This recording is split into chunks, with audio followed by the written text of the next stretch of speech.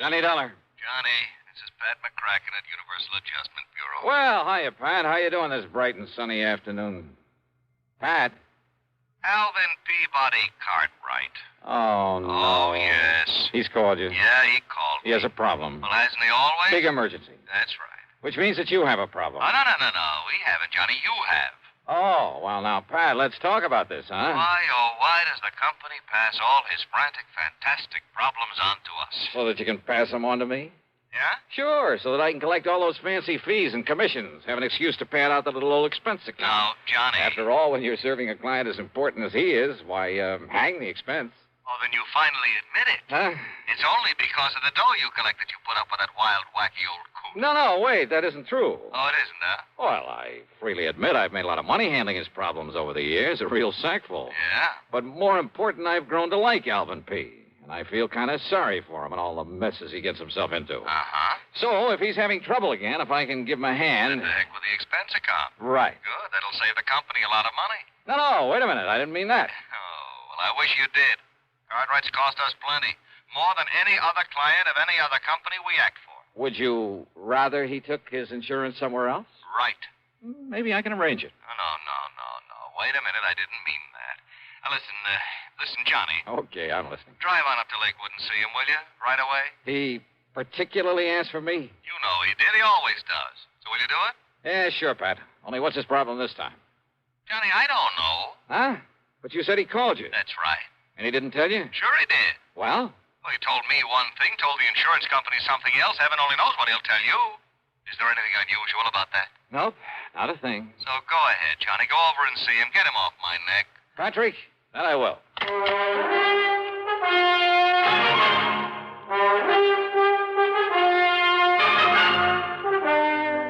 CBS Radio brings you Bob Bailey in the intriguing adventures of the man with the action-packed expense account, America's fabulous freelance insurance investigator. Yours truly, Johnny Dollar. And now Act One of yours truly, Johnny Dollar.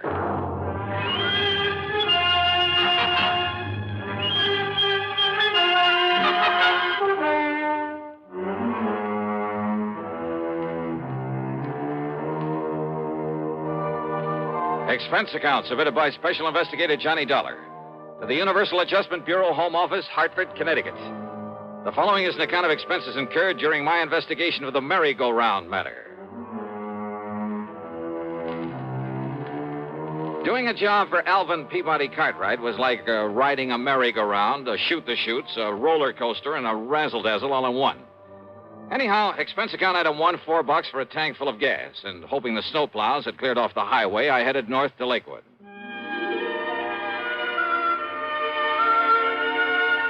In my humble estimation, Lakewood is one of the prettiest little towns in all of New England, especially in the wintertime. The Cartwright place where the old man lives by himself is on top of a low hill beside the lake. 3 or 4 acres, I'd say, with plenty of elms and towering oak trees guarding the sprawling old mansion. And now, at dusk, with a soft blanket of snow on everything, a group of skaters gliding gracefully over the frozen lake, and a horse-drawn sleigh loaded with happy kids circling around the edge of the lake. Well, it was mighty nice. Peaceful, too. Yeah, it was good being out here in the country again, breathing deep of the crisp, cold air. I felt real good. And I hoped the problem at hand would be no more serious than most of those that were handed to me by Mr. Cartwright. Hiya. Well, don't just stand there letting in the cold.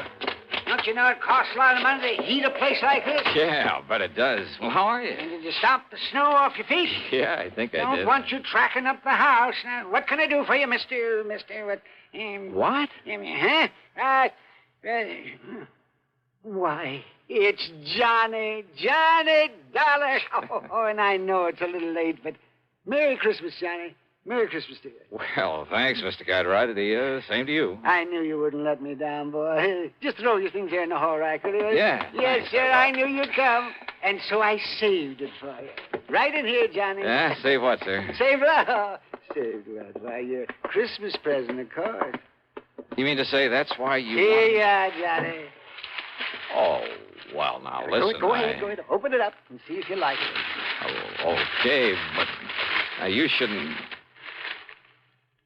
Holy smoke. Well, do you? These are diamonds on this Of thing? course they are. Why do you think it is? A piece of junk? Oh, well, no, this is too much, Mr. I Cartwright. don't see why, Johnny. Everybody should carry his money in a bill clip. Everybody. And just think how it will impress the folks. But a bill clip studded with genuine diamonds. Well, do you like it? Well, sure. Well, I don't know how to thank you, You sir. don't need to, boy. You don't need to. If you like it, that's all that counts.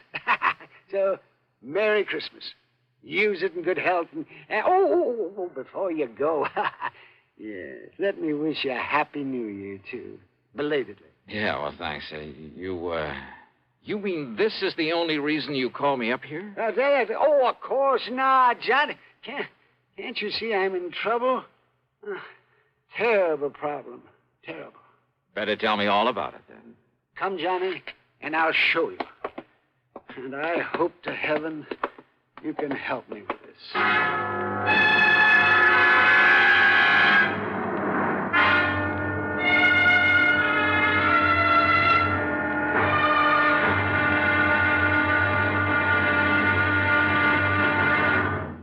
Act Two of yours truly, Johnny Dollar, in a moment. And now, Act Two of yours truly, Johnny Dollar, and the merry-go-round matter.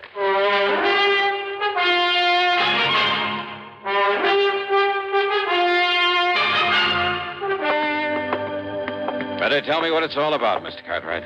What it's all about? My nice new art gallery. What else? Now, come along. You have an art gallery now? Johnny, ever since I went over to Paris last summer and saw that Louvre place with all those pretty things in it, I decided I'd better have an art gallery, too. Maybe not as big, but with everything just as good. Well, the Louvre has some pretty valuable things. And by spending a bit of money, I have some things that even the Louvre couldn't get. Here, I'll turn on the light. Now then, how do you like it? Wow. The gallery was 50 or 60 feet long, maybe 30 feet wide, with a high vaulted ceiling, a floor of solid marble. The tall, narrow windows were all of beautiful stained glass. Around the walls were some of the finest paintings I've ever seen. That's a Romney, Johnny. A genuine Romney. And you see this Matisse over here? And how about this Van Gogh? There were statues and various other sculptures, beautiful tapestries, valuable urns and vases, rare pieces of jewelry, and, well, just about everything you could think of. Cartwright must have poured millions into this place, and all within the space of only a few months. Isn't it nice, Johnny? Unbelievable. And when I get tired of it, it's showing it off to people. Then I'll give all these pretty things to that big museum over in Hartford. I think they'll like them, too. Don't you? Oh, sure. But I can see your problem, all right. Problem? What problem? The reason you asked for me to come here, Well, of course I did. because of the possibility of theft. Theft. It was robbery. And, Johnny, you've got to solve it for me. You mean it's already happened? Of course it has. Why do you think I sent for you? What's been taken? One of the most valuable things in my whole collection. A sacred painting, a holy picture. Only it was more than just a picture. It was an icon, Johnny. It was encrusted with emeralds and rubies. How big was it, Mr. Cartwright? It was 9 inches high and about 4 inches wide. Very heavy. It was hanging on the wall under that light, right there. Johnny, it was worth over $90,000. A thing as valuable as that hanging right out in the open? So that people could see it? Yeah, and small enough to be hidden away under an overcoat. Well, yes, that's why. Yes, I hadn't thought of that. Oh, I'm afraid you had it coming, Mr. Cartwright. You're lucky that more isn't missing. Now, what do you mean by that? Well, I mean you alone in this place with all these valuable objects of art. Yeah, but and letting John, all sorts of people in to see them. Well, pretty things like these have to be seen to be appreciated. Well, did you ever screen any of the people you let in here? You think for 1 minute the kind of people who would come to admire these nice things would ever steal anything? Somebody did. Yeah. Oh, yes, it did. Yes, I guess you're right, but you were wrong about my being in here alone when it happened. What do you mean? Every day, Johnny, during the hours people were allowed to come in and look at my things, I had a guard on duty all the time. Oh, a registered peace officer? Well, no, he just happened to be the first man who answered my ad. Oh, great. Where is he now? Well, after this happened yesterday, I suppose it was unkind of me, but I let him go. I telephoned him this morning, told him not to bother coming back, and I sent him a check for $200. Just severance pay. In other words, you paid him for robbing you. You know where he lives? Anything about him? Well, you know, I have his address in town. Okay, then you better give it to me. And he wasn't the only precaution I took, you know, sir. You see, I never let more than one person come here into the gallery at a time. And I always stayed with him. Always. So? Man, it was getting late. The guard was about to leave. But there was a knock on the door. And so I answered it. Uh-huh. And who do you think was there? I'll bite. Who? A sweet little old man. He was all dressed in rags. Oh. He said he'd heard about the icon and he'd like to see it. Yeah. So I showed him in here. And did you stay with him? Well, no, because just then there was another knock on the door. And who do you suppose it was? Okay, who this time? Johnny! It was Jonathan. Jonathan. Yes, that's right. Jonathan Peebles. Oh, yeah. My oldest and dearest friend. He lives down in New York. Oh, yes, I remember him now. Yes, he's the oldest, most loyal friend I have. Yeah, sure. He was the one who gave me a hand that time we all thought you were lost at sea. A bit of an eccentric, though. Aren't we all? Well, Yes, well, anyhow, it was Jonathan. And, of course, he gave me the usual lecture. Lecture? Oh, you know, the sort of thing that you would. I'm afraid I don't understand. You know, about it being wrong for me to have all these valuable things here in my home and being alone at night and maybe somebody might break in and try to kill me and get at them and, that sort of nonsense. Nonsense, huh? Now, you listen to me, Mr. Cartwright. Anyhow, as we were about to come in here to the gallery, I saw that the old man was leaving. So naturally, I stayed out there at the front door to say goodbye to him and to have the guard look him over kind of, and pat his clothes and so forth. But then, Johnny, Johnny, that poor old man. What happened? He tripped over the door sill and had a terrible fall. Well, the guard helped him up and made sure he wasn't badly hurt. And, well, I just gave him a few dollars just in case. And I had the guard drive him back to town. Uh-huh. And then you found the icon was gone. It was Jonathan who came out and asked me what I'd done with it. And, Johnny, when I looked and it wasn't there, and I was so upset, well, the first thing this morning, I put in that call for you. Well, that's probably too late to do any good, but give me the address of that guard you had on here and tell me what he and the old man look like. Yeah, right. Well, the guard's name is Gummy. Is what? Well, that's right. It's Gummy O'Banion. Gummy O'Banion? What's the matter with you, anyhow? Well, Don't you remember? Gummy O'Banion was mixed up in more rackets down in New York in the old days. Of course I remember then that. Why under the sun he would you... assured me that he's through with all that he's gone straight and he's retired. And he's the one you picked for a guard? Oh, but, brother. Surely you don't think that Gummy... No. You want to bet?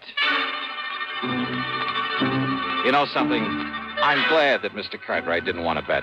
As I said before, any case where he's involved, well, you can bank on just one thing. The solution isn't going to come from any logical process of deduction or series of sensible clues. It's going to come from way out in left field. And believe me, that's exactly what happened on this one.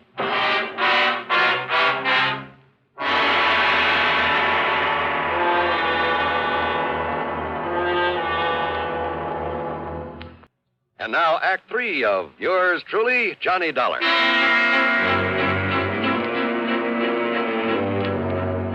The address of Gummy O'Banion turned out to be little more than a shack at the south end of town. But there was a light inside, so I parked well on down the street, then pulled a peeping Tom act at the window the light was coming from. The window was slightly ajar.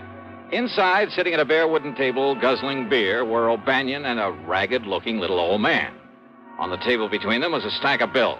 Not only 10s and 20s, but I spotted several 50s among them as they poured them over. I knowed I could have picked up easy money like this. I would have went legit long before I did. Yeah, Gummy? And you know what? What, Gummy? Old Cartwright says he's sending me 200 severance, too. What do you think of that, Doc? 200? That's right. So, with that and all this dough the other guy gives us for that act we pulled at the front door... Other guy?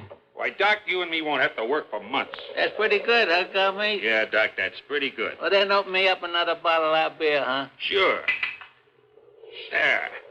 But, Doc, I still don't get it. Why that other guy wanted us to make all that fuss for him there at the front door. You falling down and me helping you up and all. A diversion, they call it, whatever that means. Diversion. Diversion? Yeah, and what'd you say his name is, the one that give us the dough, huh? Oh, crazy kind of name. Reminds me of a church like Steeple, only it wasn't.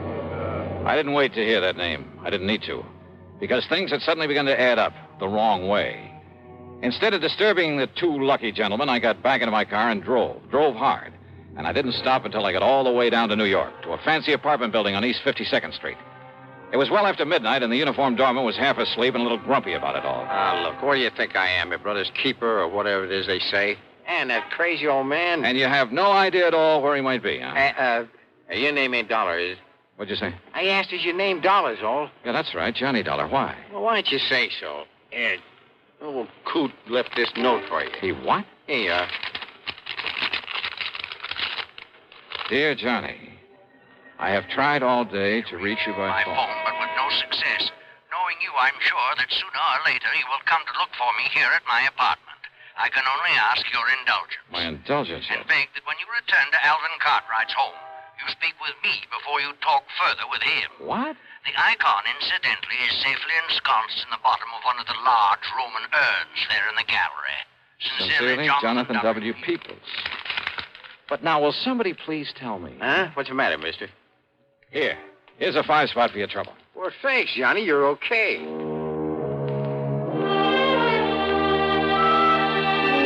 So I drove on back to Lakewood, to Cartwright's home, after a quick stop for some breakfast along the way.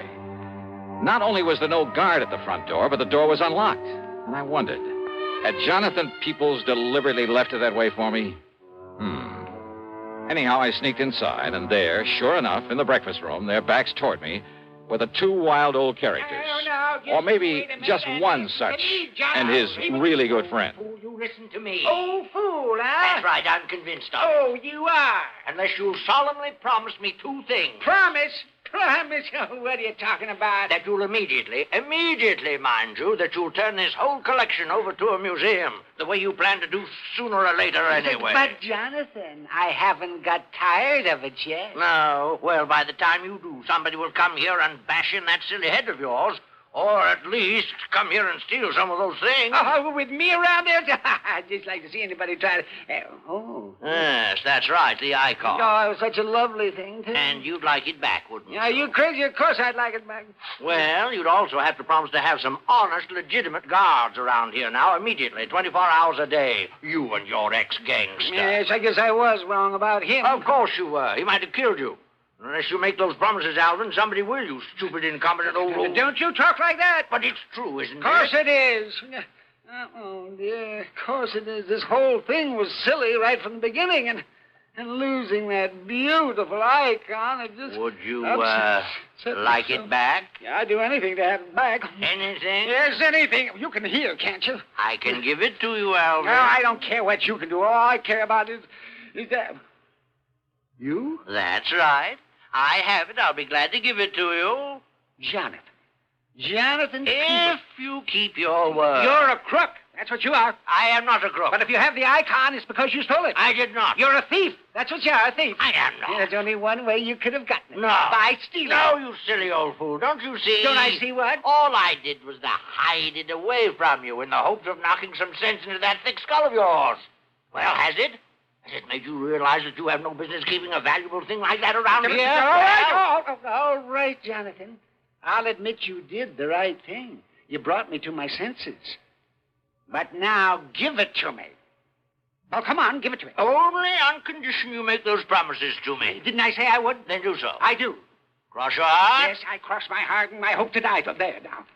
Now, give me back the icon. Well, I said I would, didn't I? Well, then do so. Well, I will. Well, now. All right. And if you think for a minute that was the end of it, you're wrong. Those two wild old men sat there for the better part of an hour, squabbling, shaking their fists at each other, and a half dozen times they almost came to blows.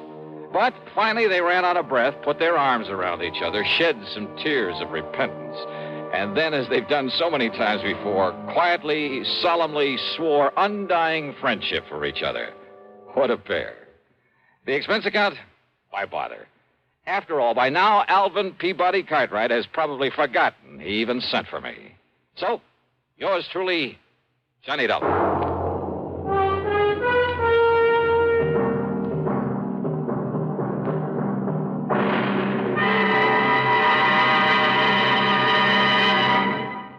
And now our star has a few words for you about the case he'll investigate on next week's program. It's called the Sidewinder matter, and the whole thing happens out in the middle of the Great Mojave Desert. Believe me, it doesn't take long for me to realize the desert can be a mighty dangerous place. So join us, won't you? Right here on the station that brings you all the best in radio. Yours truly, Johnny Dollar. Yours truly, Johnny Dollar, starring Bob Bailey, originates in Hollywood and is written, produced, and directed by Jack Johnstone. Heard in our story were Lawrence Dobkin, Howard McNear, Frank Gerstle, Will Wright, Forrest Lewis, and Joseph Kearns.